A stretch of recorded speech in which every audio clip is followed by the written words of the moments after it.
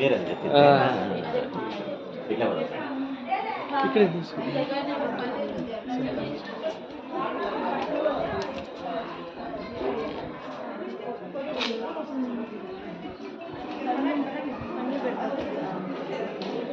మీరు ఎక్కువ మంది వస్తారంటారు కదా? అప్పుడే ఒకసారి వచ్చింది మీరు ఉండలే, అందుకే ఈసారి ఆదివారం వద్దామని. కన్నడలో చెప్తారా? కన్నడలో సార్ మీకు యావది వస్తుందో బాగా చెప్పండి, నేను అది చెప్తాను. తెలుగు కన్నడ ఏదైనా చెప్పండి. తెలుగు చెప్పిందా? సార్ ఇది విజయనగర పీరియడ్లో కట్టినారు ఈ టెంపుల్. విజయనగర పీరియడ్ అంటే శ్రీకృష్ణదేవరాయల తమ్ముడు అచ్యుతదేవరాయలని రాజు. ఆయన ఇక్కడ పెనుగొండనే సామ్రాజ్యంగా పరిపాలన చేస్తూ ఉంటాడు. ఆ రాజు దగ్గర విరూపన్న అనేవాడు క్యాషియర్ ఉంటాడు. ఈ గుడి కట్టించిందే విరూపన్న 1538లో కట్టించినాడు. అంటే 480 ఏళ్ళు అయింది సార్ ఇప్పుడు గుడి కట్టి. ఎందుకు కట్టారు గుడి అంటే, గుడి కట్టే కారణాలు, ఫస్ట్ ఈ ప్లేస్ ఒక పెద్ద కొండ అయింది. దీని కింద ఒకే స్టోనే 5 ఎకరాలు తాబేలాకారంలో ఉంది. ఈ కొండ మీద మొదటికే పాదం ఉంది, సీతాదేవిది, రామలింగం ఉంది, హనుమలింగం ఉంది. చూసినాడు ఆయన విరూపన్న. ఇవన్నీ ఉన్నాయి కదా, ఇక్కడ గుడి కడదామని రాజు దగ్గర పోయి పర్మిషన్ అడుగుతాడు. వెనుగొండలో రాజు డబ్బులు ఇస్తూ ఉన్నాడు. ఆ డబ్బులు తీసుకొచ్చి ఆయన పర్మిషన్తో ఈ గుడి బండ మీద కట్టేశాడు. ఫౌండేషన్ లేకుండా 3 రౌండ్స్ కట్టాడు. ఫస్ట్ రౌండ్ ఇది డ్యాన్సింగ్ హాల్, సెకండ్ థర్డ్ ఆ పక్కన ఉన్నాయి, మీరు చూపిస్తానండి. ఈ డ్యాన్సింగ్ హాల్ పైన చూడండి, మీకు ఇది ఫ్లవర్ మాదిరి కనిపిస్తుంది. శతపత్ర కమలం, 100 రేకులు గల పుష్పం, 12 బండలు. ఒక రౌండ్లో 4 పీసెస్, సెకండ్ రౌండ్లో 4 పీసెస్, ఇంకో రౌండ్లో 4 పీసెస్, ఇలాగా 12 పీసెస్ ఫ్లవర్ మాదిరిగా సెట్ చేశారు. ఈ హాల్లో చూడండి, ఈ పిల్లర్లో అప్సర ఈమె రంభనాట్యం చేసేవచ్చు.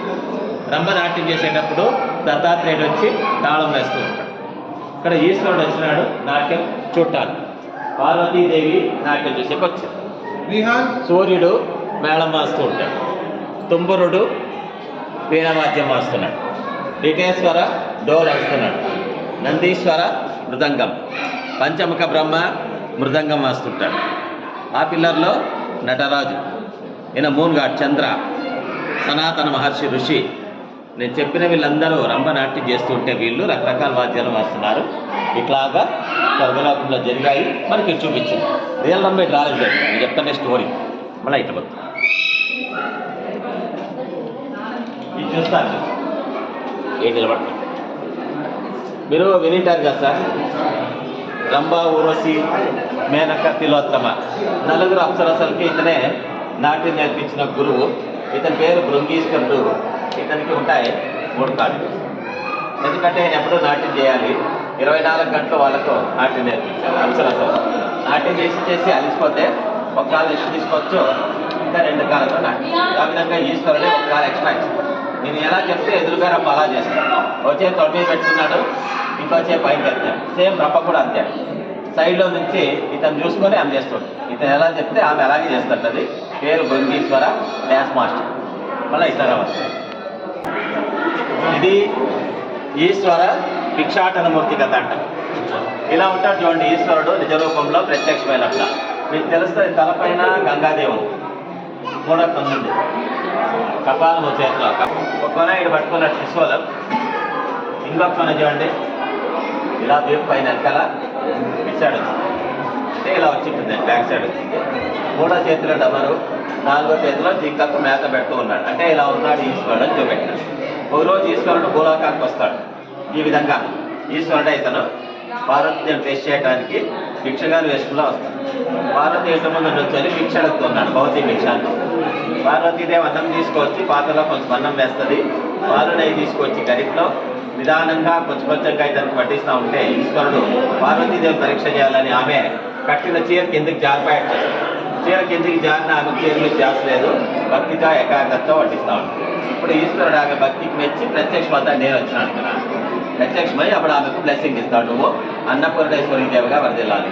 ఇది జరిగింది ఏడాది కాశీ, వారణాసిలో ఇది రియల్ జరిగింది. మళ్ళీ వరమిస్తాడు, పెళ్లి చేసుకుంటాను నీతో అని. పెళ్లి కైలాసంలో జరిగింది. అది ఎలా జరిగిందంటే కళ్యాణ మండపం సార్ వెనకాల, నీకు చెప్తాను. అక్కడ వెళ్ళా, ఇది అర్థమైంది కదా. వినము ఇట్లా వచ్చాయి.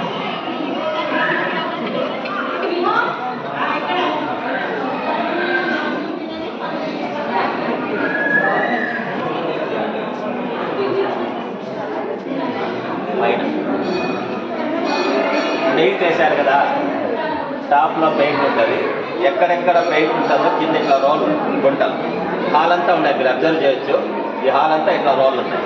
దీంట్లో ఆకులు, కూరగాయలు, ఫ్రూట్స్ అన్ని దంచినప్పుడు జ్యూస్ వస్తుంది చూడండి, రసంలాగా. ఆ రసం తీసుకొని పెయింట్ వేసారు. అంటే vegetable colours only one time, repaint చేయలే. 1538లో ఈ పెయింట్ వేశారు. గుడి కట్టింది అప్పుడే, పెయింట్ వేసింది అప్పుడే. ఈ పెయింటింగ్లో చూడండి, ఆ corner Shri Parvatidevi left hand mirror పట్టుకుంది పార్వతీదేవి. ఆమెకు అలంకారం చేయాలని చెలికత్తెలు 7 మంది వస్తారు. మన ఇంట్లో ఇప్పుడు పెళ్లి కూతురికి అలంకారం చేయాలంటే బ్యూటీ పార్లర్స్ వస్తారు చూడండి.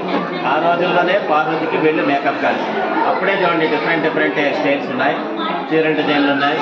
ఈ మాదిరిగా వాళ్ళు అన్ని మేకప్ చేశారు. ఇది అప్పట్లో ఓల్డ్, ఇప్పుడు న్యూ అయిపోయింది. ఇంకా డిజైన్ చూడొచ్చు మీరు. ఈ 2 స్తంభాల్లో డిజైన్ చూడండి, ఫ్లవర్ పెయింట్లో సూపర్ కవర్స్, డోర్ కట్టలు రకాల మీద వస్తారు. ఆ 2 స్తంభాల మధ్యన వేరే డిజైన్, బార్డర్ వేరే డిజైన్, ఇక్కడ బార్డర్ వేరే డిజైన్. ఆటో పిల్లర్, ఆటో ఇట్లా ఈ హాల్లో డిజైన్లు ఇప్పుడు మనం లెక్క పెడితే ఈ హాల్లో ఉన్నాయి 450 డిజైన్లు. ఆల్ డిఫరెంట్, ఏది కూడా డబల్ డిఫరెంట్. మనం పని చేద్దాం, ఇంకో రౌండ్ అంటాం సార్. కృష్ణుడు వటపత్ర షాయి అంటాం చూడండి. పెద్ద మర్రి ఆకు ఉంది కదా, ఆకు పైన వెల్లకిల పడుకున్న కృష్ణుడు, రౌండ్ ఫేసు, 2 కళ్ళు, మూతి మీద వేలు పెట్టుకున్నాడు చూడండి, ఐబ్రో అంతా ఉంది. ఇప్పుడు మీ కళ్ళే చూస్తూ ఉంటుంది, ఎక్కడ పోయి చూసినా అది 3D paint. Anyway records looking అట్టి. అక్కడ పోయి చూడండి, మీ కళ్ళే చూస్తారు. 4 సైడ్ అబ్జర్వ్ చేయండి, దట్ ఈజ్ ఆల్ 3D. 5 ఏళ్ల కింద 3D చూపించారు పెయింటింగ్లో. 3D చూస్తున్నారు, ఐబ్రో ఉన్న కళ్ళు. అక్కడ పోయి చూసుకోండి, మిమ్మల్ని చూస్తుంది. అక్కడ పోయి anywhere you want see 4 side observe చేయండి, దట్ ఈజ్ ఆల్. మళ్ళీ అక్కడ పోయి చూడండి, మిమ్మల్ని చూస్తుంది. అంటే అప్పట్లోనే 500 ఏళ్ల కింద 3D చూపించారు. తాబేల్ కొండ అంటాం దీన్ని. ఈ ఒక్క స్టోన్ 5 ఎకరాలు. ఎకరా అంటే మీకు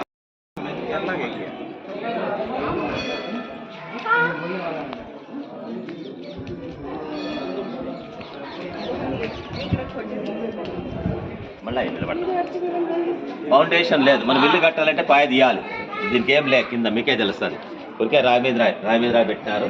మధ్యలో గమ్ కానీ సిమెంట్ కానీ ఏమి ఉండవు. కానీ గోడ పడదు. ఏం చేశారంటే గోడ పడుకోకుండా ఇట్లా లాక్ పెడతారు, ఇంటర్లాక్. ఇప్పుడు మీరు సిటీలో చూస్తారు, ఫ్లైఓవర్స్ కడతారు చూడండి, సైడ్లో ఈ మాదిరిగా టెక్నిక్. ఇట్లా ఉంటే గోడ జరగదు. ఇంక 1000 ఏళ్ళు కానీ ఎనీ లైన్ ఇట్లా లైన్కి ఇట్లా లాక్ పెట్టేశారు, ఇంటర్లాక్. ఆ గోడ చూడండి బాగా కనిపిస్తుంది, దూరంగా చూస్తే బాగా ఐడియా వచ్చేస్తుంది. అట్లా ఉంటే గోడ పడదు ఇంకా 1000 ఏళ్ళు కానీ. ఇప్పటికే 500 ఏళ్ళు అయిపోయింది కరెంట్.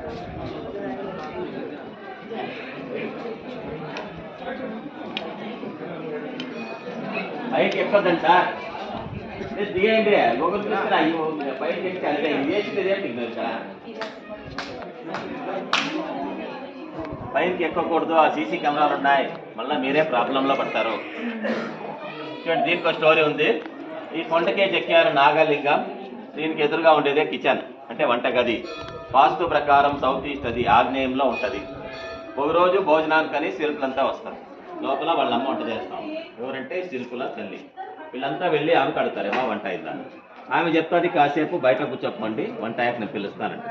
అప్పుడు ఆ వర్కర్స్ బయట కూర్చొని వంట కావాలంటే 2-3 గంటలు పడుతుంది.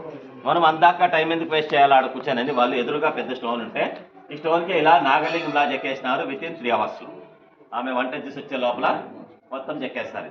ఆమె బయటకు వచ్చి చూసి ఆశ్చర్యపడుతుంది, ఇంత తొందరగా ఇట్లా చెక్కినారబ్బా వీళ్ళు అని. ఆశ్చర్యపంటే మనం దృష్టి అంటాం చూడండి. ఆవిడ కంటి దృష్టికి విగ్రహం 3 చోట్ల పగిలింది. మనకి సామెత కూడా ఉంది కదా తెలుగులో, నర దృష్టికి నరనాయన పలుతుందని. చూడండి, ఆమె కంటి దృష్టికి పైన మీరు అబ్జర్వ్ చేయండి, 1, 2, 3వ తల కంటి కాడు చీలింది. కంటి వెనకల పగిలినట్టుంది చూడండి, నల్లగా చీలినట్టు. అదే మాదిరి ఈ పక్కన ఒక చోట చీలింటే కొత్తగా మనోళ్ళు వర్షం నిలిపోకుండా సిమెంట్ కట్టించారు. ఈ తర ఆ పక్కన కూడా పగిలిన దాంట్లో పూజ చేయకూడదని రాజు అప్పుడే ఆ లింగం కాశీ నుంచి తెచ్చి ప్రతిష్ఠ చేసినాడు. 1538లోనే లింగం. ఇక్కడ ఈశ్వరుడు ఉన్నాడంటే ఎదురుగా నంది ఉండాలి. అప్పుడే దీని ఎదురుగా ఊరి బయట పెద్ద కొండ ఉంటే ఆడ నందిలాగా చెక్కినారు. మెయిన్ రోడ్లో మళ్ళీ మీరు పోయి చూస్తారు. అది కరెక్ట్ దీని ఎదురుగా ఉంది. అది నెంబర్ 1 ఇండియాలోనే. 16 అడుగుల హైట్ ఉంది, 27 అడుగుల పొడవు ఉంది. ఏకశిల ఇది నెంబర్ 1. సెకండ్ తంజావూరు తమిళనాడులో. థర్డ్ చామండి కొండ మైసూర్లో. 4వది బెంగళూరు బసనగూడలో. ఇంకా అన్ని చిన్నవి. ఇది నెంబర్ 1. మళ్ళీ మీరు పోయి చూస్తారు. మళ్ళీ ఇప్పుడు ఇది చూస్తారు. వీళ్ళు మనము 7 రక్కమ్మ గారులు అంటాం ఆంధ్ర వాళ్ళు అయితే. కొన్ని ఏరియాలో వీళ్ళకి సప్తమాతృకులు అంటారు. వాళ్ళ పేర్లు వచ్చేసి బ్రాహ్మి, వైష్ణవి, ఇంద్రాణి, వారాహి, కౌమారి, మహేశ్వరి, పరమేశ్వరి. ప్రతి ఒక్కరిలో పూజలు చేస్తారు. పార్వతీదేవి డిఫరెంట్ ఫామ్స్ మనకి 7 మందికి చూపెట్టేసి. మనం ఆంధ్ర వాళ్ళు అయితే అక్క మహాదేవతలు అంటే వీళ్ళే. అలాగే కాదు మీరు ఇది చూడాలా, ఇది చూడాలంటే ఆడికి పోండి మీరు. మీకు ఏమన్నా ఐడియా ఉంటుందా? కాళహస్తి అని తిరుపతి దగ్గర ఉంది. ఆ స్టోరీ చూపించేసినారు. 3 లింగాల పైన ఫస్ట్లో లింగం అని చూడండి. దాని పైన స్పైడర్ పూజ చేస్తుంది అంటే సాలిపురుగు. మధ్యలో భక్తకన్న పూజ చేస్తున్నాడు. ఇక్కడ ఏనుగు పూజ చేస్తుంది. ఏనుగు తొండానికి లింగానికి మధ్య పులారం లాగా చూడండి, రౌండ్గా. పులారం కాదు, నాగపామది. నాగపాము ఏనుగు ఒకే లింగానికి 2 పూజ చేస్తున్నాయి. శ్రీకాళహస్తి అనేది సంస్కృత పదం. శ్రీ అంటే సాలీడు, కాళ అంటే పాము, హస్తి అంటే అది పాత గుడి కదా. మనకి ఆ స్టోరీ చూపెట్టేసి అలా కాదు. వినాయక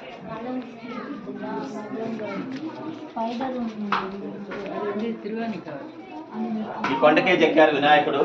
మనం ఏదైనా కార్యం చేయాలనుకోండి, మొట్టమొదటి మనం వినాయకుని ఫోటో పెట్టి ఎలాగైతే పూజ చేస్తామో, ఈ గుడి కట్టేటప్పుడు విరూపన్న ఫస్ట్ కొండలోనే వినాయకుని చెక్కించి ఇతనికి పూజలు జరిపినాక గుడి కట్టడం మొదలు పెట్టారు. ఇదే స్టార్టింగ్ పాయింట్.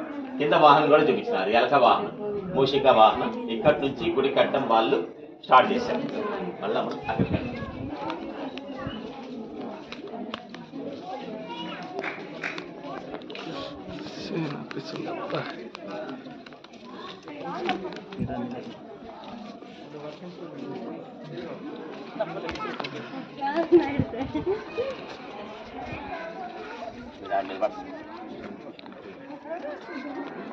ఇది చూడండి, స్తంభాలు నిలబెట్టినారు, టాపే వేయలే. కొంచెం వేసినారు, తెలుస్తుంది మీకు. కొంచెం వేసినారంటే సగంలో ఆగిపోయింది. ఎందుకు ఆగిపోయింది అనేదే కథ. ఇక్కడ ఈశ్వర పార్వతికి గాను ఇది కళ్యాణ మండపం కట్టిస్తూ ఉంటాడు ఆయన విరూపన్న. ఇది కట్టే టైంలోనే డబ్బులు ఇస్తున్న రాజు పెనుగొండలో అచ్యుత దేవరాయలు చనిపోతాడు. రాజు కొడుకులు లేరు, అల్లుడు వస్తాడు అళియారామరాయ అని, కొత్త రాజు. వాడికి తెలియదు గుడి కడతా ఉండేది. కొంతమంది ఎనిమిస్ ఉంటారు ఇక్కడ. విరూపన్న కాకున్న వాళ్ళు పోయి కొత్త రాజుకంతా చాడీలు చెప్పేస్తారు. రాజా నీ ఖజానా డబ్బంతా వేస్ట్ చేస్తా అన్నాడు, డబ్బులన్నీ సొంతానికే వాడేసుకుంటా అన్నాడు అని చాడీలు చెప్తారు. రాజు కాడు కోపం వస్తుంది. వెంటనే విరూపన్నకి ఈడ్చుకుని వచ్చి 2 కంట్లు పెరికేయండి అని ఆర్డర్ ఇచ్చేస్తారు. వస్తారు సైనికులు ఈడ్చిపోయేకి. వీడు ఆలోచన చేస్తాడు, ఆడపోతే కంట్లు పెరికేస్తాడు రాజు. వాళ్ళు ఎదురుగా పోయి నేనెందుకు అవమానం పొందాలని విరూపన్న ఇదే జాగాలో ఆయనే 2 కళ్ళు పెరికి విసిరి ఆడ గోడ కొట్టేస్తాడు. ఆ రోజు పడిన కంట గుర్తులు అవి ఆ రోజు కానీ రక్తపు మరకలు. జరిగింది 1538లో. అప్పటి నుంచి ఇప్పటి వరకు రక్తపు మరకలు అట్లాగే ఉన్నాయి. అవి ఎండకి ఎండుతా చూడండి, పోతు. వర్షం వచ్చినా తడుస్తూ ఉంటుంది, అయినా పోలేదంటే ఇదొక భక్తికి నిదర్శనం అని చెప్తారు. ఆ విధంగా గుడి కట్టించిన విరూపన్నకి 2 కండ్లు పోయినాయి. కళ్యాణ మంటపం ఆగిపోయా. తర్వాత వచ్చినారు ఇంకా నవాబులు, తెలుసు కదా, ఇంకా వాళ్ళేం గుళ్ళు కట్టరు, ఇంకా ఆడాడ కొన్ని డ్యామేజ్ చేసినారు. మళ్ళీ వీళ్ళు కూడా వస్తారు, బ్రిటిష్ వాళ్ళు వచ్చి లోపల పిల్లర్, హ్యాంగింగ్ పిల్లర్ మళ్ళీ చూపిస్తాను, అది టెస్ట్ చేసేకి వస్తారు వాళ్ళు. అది టెస్ట్ చేసి ఇక్కడికి వచ్చి దాన్ని బ్లడ్ శాంపుల్ ఎత్తుకోపోయి చెక్ చేస్తే అప్పుడే వాళ్ళది రియల్ హ్యూమన్ బ్లడ్ అని ప్రూవ్ చేసినారు 1902. కండ్లు పోయిండేది 1538. ఇంక ఇవన్నీ యాత్రికులు మనట్లో వాళ్ళని గుడి చూసి వస్తే ఒక మంటపంలో ఒక ఫ్యామిలీ పనుకునే వాళ్ళంట. అప్పుడు పాతకాలంలో ధర్మశాల దాంట్లోనే ఉన్నాయి. 680 పిల్లర్స్ ఉన్నాయి. పెద్ద రౌండ్ అది టెంపుల్ చుట్టూరా వస్తుంది. ఇక ఈ లైన్ అంతా 126 స్తంభాలే ఉండేది. లోపల డాన్సింగ్ హాల్లో 70 ఉన్నాయి. మొత్తం కలిపితే 876 స్తంభాలు ఈరోజు ఈ గుడిలో ఉన్నాయి. ఇట్లా పదం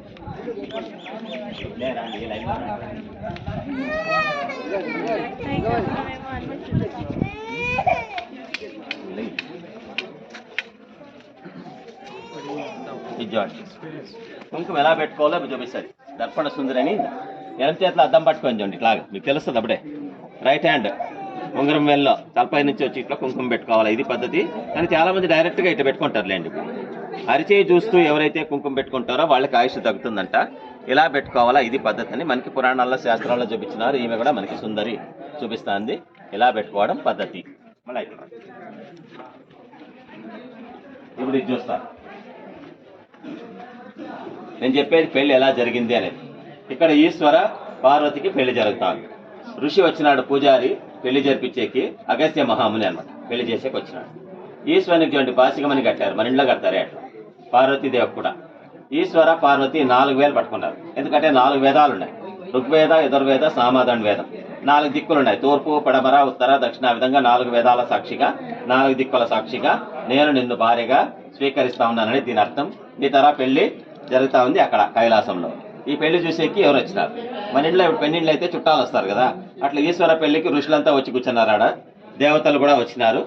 ఎవరెవరు వచ్చిండ్రి వాళ్ళ పేర్లు నేను చెప్తా, మీరు అడిగి రావాలి. మీరు ఆ మధ్యలో నిలబడతారు. మీరు వీడియో తీస్తున్నారా? నేను కంట్రాడు మీరు సెంటర్ లేక వచ్చాయండి. అక్కడ అంతా సెంటర్ లేకపోతేనే అక్కడ కుక్కను తొక్కారు, మళ్ళీ ఏడాది కరుస్తుంది. అది ఇట్లా వచ్చాయి లోపలికి వచ్చాయి. నేను చెప్పిన వీళ్ళంతా ఈశ్వర పెళ్లికి వచ్చిన విఐపీస్. వాస్తు గురించి మీకు ఏమైనా ఐడియా ఉంటే దీంట్లో అష్టదిక్ పాలకులు ఉన్నారు, నేను చూపిస్తా. తూర్పు ఈ పక్కన, ఉత్తరం ఈ పక్కన. నార్త్ ఈస్ట్ దేవమూల ఇది.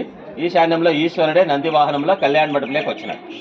వచ్చినాక ఈశ్వరునికి అలంకారం చేస్తే పెళ్లి కొడుకుగా ఇలా ఉంటాడు. అల్లుని కాలు గడదామని పార్వతి తల్లొచ్చింది. మైనాదేవి చేతిలో బొకే పట్టుకొచ్చింది, ఫ్లవర్. ఇక్కడ పార్వతి ఫాదర్ వచ్చినాడు, ఈయన హిమవంతుడు. చెంబులో నీళ్లు తీసుకొని వచ్చినాడు, అల్లుని కాలు గాటానికి వచ్చినాడు. ఈయన దేవేంద్రుడు తూర్పుకు నిలబడతాడు, చేతిలో వజ్రాయుధం పట్టుకొని ఐరావతం అంటే తెల్ల ఏనుపైన వచ్చినాడు. ఆయన అగ్నిదేవుడు సౌత్ ఈస్ట్, అది అగ్నిమూలలో నిలబడ్డాడు. అగ్నికి ఉండేది 2 తలలు. ఆయన గొర్రె వాహనం పైన వస్తాడు. యమధర్మరాజు దక్షిణానికి నిలబడ్డాడు, బఫెలో అంటే ఎనుపోత వాహనం పైన యముడు వచ్చినాడు. వశిష్ఠుడు ఋషి కూడా పెళ్లికి హాజరవుతాడు. ఈయన వరుణ అంటే వానదేవుడు పడమర పక్కున్నాడు, క్రోకడైల్ మసలి వాహనం పైన వస్తాడు. ఇక్కడ బృహస్పతి దేవతలకంతా ఈయనే గురువు. ఇక్కడ 3 తలలు ఉండేవాడు దత్తాత్రేయుడు. ఇక్కడ శ్రీ మహావిష్ణు. వాయుదేవుడు వాయుమూలలో నిలబడ్డాడు, వాహనము జింక పైన వస్తాడు. ఈయన కుబేరుడు వచ్చినాడు, ధనాధిపతి గుర్రం పైన వస్తాడు. కుబేరుడు ఉత్తరం పక్క నిలబడతాడు. ఈయన ఋషి విశ్వామిత్ర. కుబేరుడు ఇక్కడ నిలబడినాడు అంతే, కానీ ఆయన చూసే కంటి చూపు మాత్రం సౌత్ వెస్ట్ కార్నర్ అని నైరుతికి చూస్తాడు కుబేరుడు. అందుకనే బిల్డింగ్ కడితే మీరు ఆ నైరుతి ప్లేస్లో బిల్డింగ్ హైట్ ఉండాలి, బరువు పెట్టాలి. ఆడ మాస్టర్ బెడ్రూమ్ చేసుకుంటే మంచిది. ఇతను అక్కడికి చూస్తా అంటాడు. నేను చెప్పిన వీళ్ళందరూ ఈశ్వర పెళ్లికి హాజరైనారు. కైలాసంలో జరిగిందే పెళ్లి ఇక్కడ చూపించేశారు. రియల్ ఇక్కడ ఈశ్వరుడు రాలేదు, నేను చెప్తా అంటే స్టోరీ. మళ్ళీ ఆడికి రాడు. ఇక్కడ చీరల మీద వచ్చే డిజైన్లు ఉంటాయి.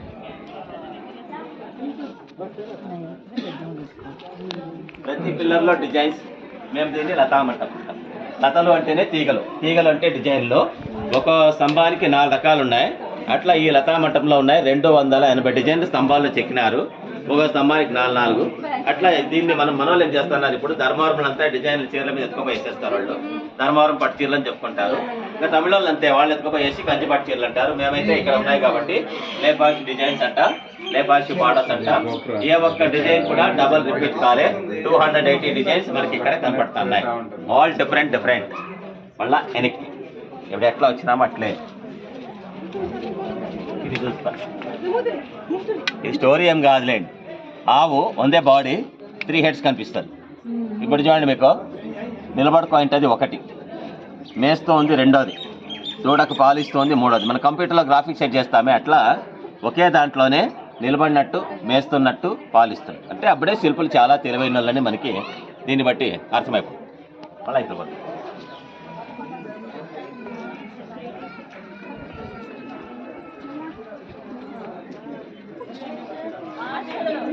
ఇది ఎంట్రన్స్. ఇది కళ్యాణ మండపానికి దారి.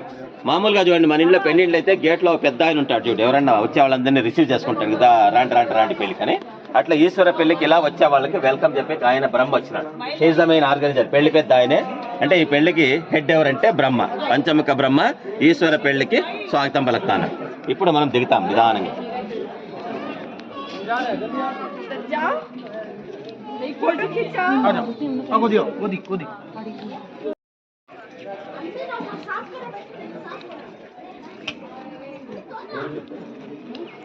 మధ్యలో కట్ అయిపోతుంది అలా. ఇది చూస్తారు ఇప్పుడు మీరు. ఇది సీతాదేవి పాదం ఎందుకు వచ్చింది ఏంటి అనే స్టోరీ. మీకు రామాయణం గురించి ఏమైనా ఐడియా ఉంటుంది కదా. భద్రాచలం చూసింటే ఇంకా బాగా అర్థమవుతుంది. భద్రాచలం దగ్గర పర్ణశాల అని, అక్కడే రావణాసురుడు సీతని కిడ్నాప్ చేస్తాడు. అక్కడి నుంచి ఆయన సీతాదేవిని తీసుకొని ఈ రూట్లో శ్రీలంక పోతూ ఉంటాడు. అప్పుడు ఇది అడవిలేండి, దండకారణ్యం. మధ్యన ఈ బండ పైన జటాయు పక్షి ఒకటి అతనితో ఫైట్ చేస్తుంది. ఆయన దాని 2 రెక్కలు తెగొట్టేస్తే ఈ కొండ మీద పక్షి పడిపోయింది. పడి అది జపిస్తూ ఉంటుంది రామరామని. రాముడు వచ్చి ఇక్కడ పడి ఉండే ఆ పక్షిని చూసి ఆయన లయపక్షి అంటాడు. ఆయన పిలిచిన లయపక్షి అన్న వర్డ్ ఈ ఊరికి అట్లా లేపాక్షి అని పేరు వచ్చిందని పెద్దోళ్ళు పూర్వీకులు చెప్తారు. అది మన ఫిలంలో అయితే స్కైలో ఫైట్ చేసినట్టు చూపిస్తారు. అట్లా కాదు, ఈ కొండ మీద కొన్ని రోజులు జరిగింది పక్షికి రావణాసురుకి యుద్ధం. పక్షి పడినప్పుడు పక్షికి ఆమె బ్లెస్సింగ్ ఇస్తుంది, సీతాదేవి ఆశీర్వాదం చేస్తుంది. అప్పుడు పాదం ఇట్లా బండ మీద ఆమె పెడుతుంది, కుడి పాదం అది.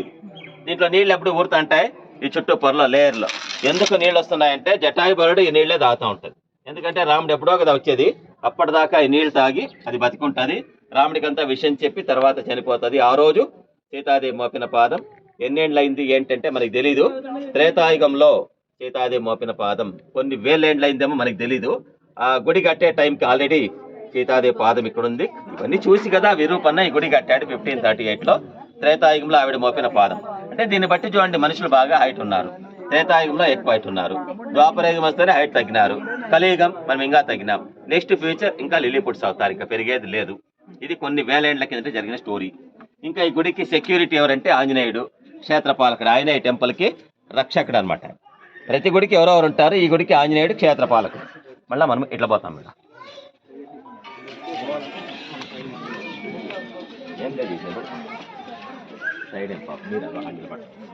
ఇది గుడి కట్టేటప్పుడు వర్కర్స్ భోంచే ప్లేట్స్ అనమాట. మనిషి ఆడ కూర్చొని మధ్యలో అన్నం పెట్టుకొని చుట్టూ 10 రకాల కూరలు వేసుకొని ఒకటి తినేవాడంట దీంట్లో. ఇప్పుడు మనమైతే ఒకరు అయితే మనతో తినే కాయలే ఒకరితో. మనమైతే ఫ్యామిలీ 4 లేదా ఒక 5 మంది కానీ తినొచ్చు. అప్పుడు ఒకరు తింటున్నాడంటే మనిషి అప్పుడు ఎలా ఉంటాడో మీరే ఊహించుకోండి.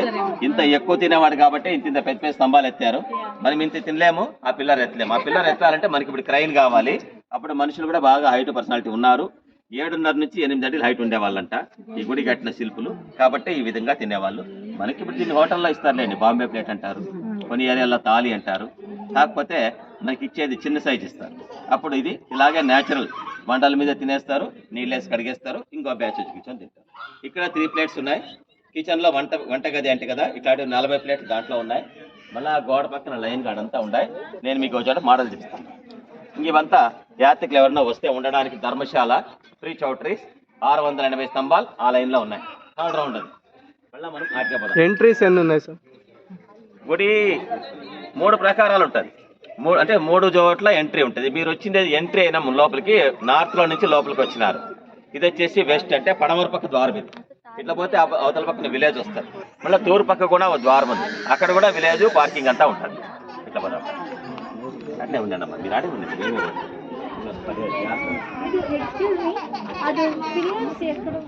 మేము ఇప్పుడు అక్కడికే పోతున్నాం.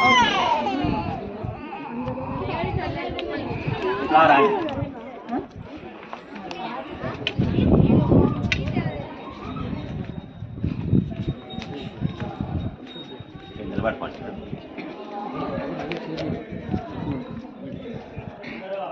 ఇది అంతే. గుడి కట్టక ముందే ఈ లింగం ఈ జావలా ఉంది. దీనికి చోళరాజు అని తమిళనాడు అయిన రాజు పేరు మాధవ వర్మ ఇటుకొచ్చినాడు. నేను చెప్పేది 12th సెంచరీలో, అంటే 800 years బ్యాకే చోళరాజు ఇటుకొచ్చినాడు, ఆ లింగం ప్రతిష్ఠ చేసినాడు. ఆయన ఇక్కడ వచ్చే టైంకి ఆ పాదం ఆల్రెడీ సీతాదేవి పాదం ఉంటుంది. అట్లాగే 2 లింగాలు ఉన్నాయి, రామలింగం హనుమలింగం అని గుళ్ళో ఉన్నాయిలేండి. అవి ఆల్రెడీ స్టోన్ మీద ఉన్నాయి. అవి చూసి చోళరాజు దీన్ని ప్రతిష్ఠ చేస్తాడు. ఇది కూడా 800 years బ్యాకే. ఆ 2 మంటపాలు చోళరాజే కట్టించాడు. అప్పుడే మన వాళ్ళు ఇప్పుడు దాంట్లో యాగాలు చేస్తారు. చండీ యాగం శివరాత్రికి 2 days చండీ యాగం, ఉగాది నాడు పూజారులు అడుగుసని పంచాంగం చేస్తారు. ఆ 2 మంటపాలు ఈ లింగం మొదటికే ఉన్నాయి. ఇవన్నీ చూసి విరూపన్న ఈ గుడిని 1522లో బిగించేస్తాడు. గుడి కట్టేకి 1538కి ఆడ కండ్లు పోయినాయి. 16 సంవత్సరాలు గుడి కట్టారు. కొన్ని వేల మంది గుడి కట్టారు. ఇప్పుడు ఆటికి రా.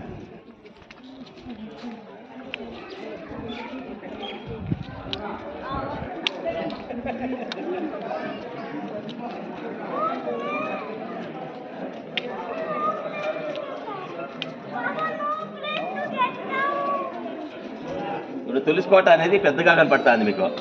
మన ఇళ్ళలో అయితే ఇంత పెద్దగా ఎవరు పెట్టుకోరు కదా, ఏదో పెట్టుకుంటే చిన్న సైజు పెట్టుకుంటాం. ఎందుకు ఇంత పెద్దగా ఉందంటే ఆ ప్లేట్లు చూడలే వాళ్ళకి మ్యాచ్ అవుతుంది.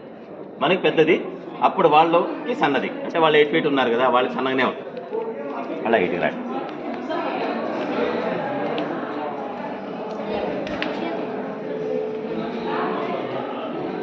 టాప్లో చూస్తాను పెయింటింగ్. ఇక్కడ పెయింటింగ్లో స్టోరీ ఉంది. ఇది తెలుసు మీకే. గోకైల సినిమా చూసింటే పాత ఎన్టీ రామారావుది ఆత్మలింగం కథ ఇంట్లో వస్తుంది. లేదంటే కర్ణాటకలో గోకర్ణం చూసింటే కూడా అర్థమవుతుంది ఆత్మలింగం కథ.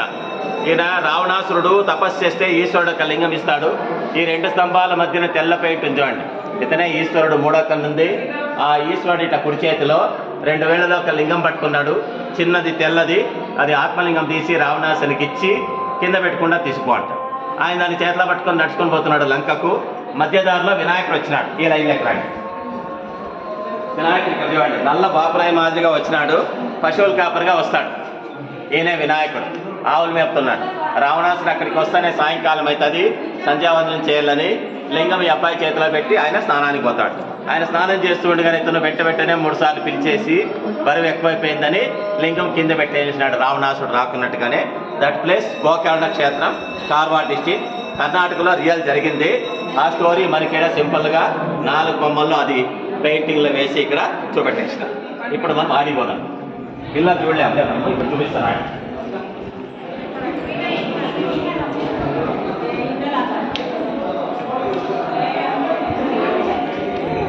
ఈ నిలబట్టుకుంటారు. పైన టాప్లో చూస్తాం.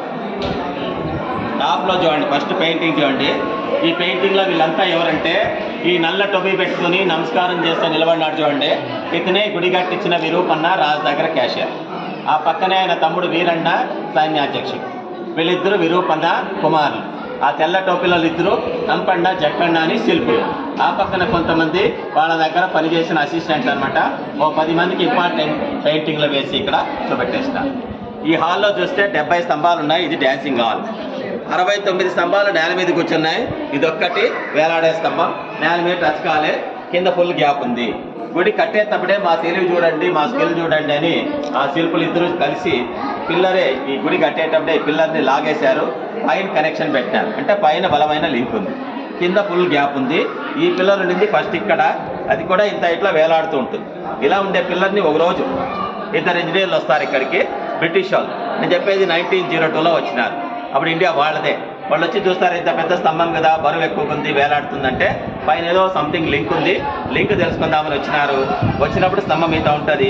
ఐరన్ రాడ్స్ తీసుకొని వాళ్ళు బలంగా వెనక్కిట్లా జరుపుతారు. ఎప్పుడైతే వెనక్కిట్లా పుష్ చేస్తారో ఇలా ఉండే పిల్లర్ వాళ్ళకి కదిలిచ్చినప్పుడు కొంచెం ఇట్లా బెండ్ అవుతుంది, పిల్లర్ సైడ్కి వాలిపోతుంది. వాలినప్పుడు ఒక ఎడ్జ్ ఇక్కడ టచ్ అవుతుంది. అది టచ్ అయితేనే మొత్తం హాల్ అంతా టాప్ అంతా ఇట్లా డిస్టర్బ్ అవుతుంది, అంటే కదులుతుంది. చూడండి, ఇప్పుడు ఏ పిల్లర్ పైన అట్టేది మీకు తెలుస్తుంది. సైడ్కి ఇట్లా ఒప్పు తిరిగింది, సైడ్కి ఇట్లా వాళ్ళకి తెలుస్తుంది మీకు. అప్పుడే సైడ్కి అట్లా వెళ్ళిపోయింది సార్. మళ్ళీ అది చూడండి మా ఆ పిల్లర్ పైన అట్టేటువంటిది ఆ పక్కన తిరిగి 2 జాయింట్ అయిపోయినాయి. సెకండ్ లైన్లో జర చేంజ్. అప్పుడు ఇంజనీర్స్కి అర్థమైంది ఏమంటే టోటల్ హాల్కి ఇది కీ పిల్లర్, అంటే బ్యాలెన్సింగ్ పిల్లర్. ఇది వేలాడుతుంది అనుకోండి, ఇలాగా బిల్డింగ్ సేఫ్గా ఉంటుంది. ఇదే ఫుల్ టచ్ అయింది అనుకోండి, బిల్డింగ్ మొత్తం పడిపోతుంది. అట్లా పెట్టారు కనెక్షన్. సెంటర్ ఆఫ్ గ్రావిటీ అనేది దీంట్లో ఉంది. ఇప్పుడు కింద గ్యాప్ నేను చూపిస్తా, మీకు ఐడియా వచ్చేస్తుంది. ఎవరన్నా పట్టుకుంటారా? మీరు పట్టుకోవాలి. పట్టుకుంటే మీకు ఐడియా వచ్చి ఇట్లా మీరు ఆడతారు.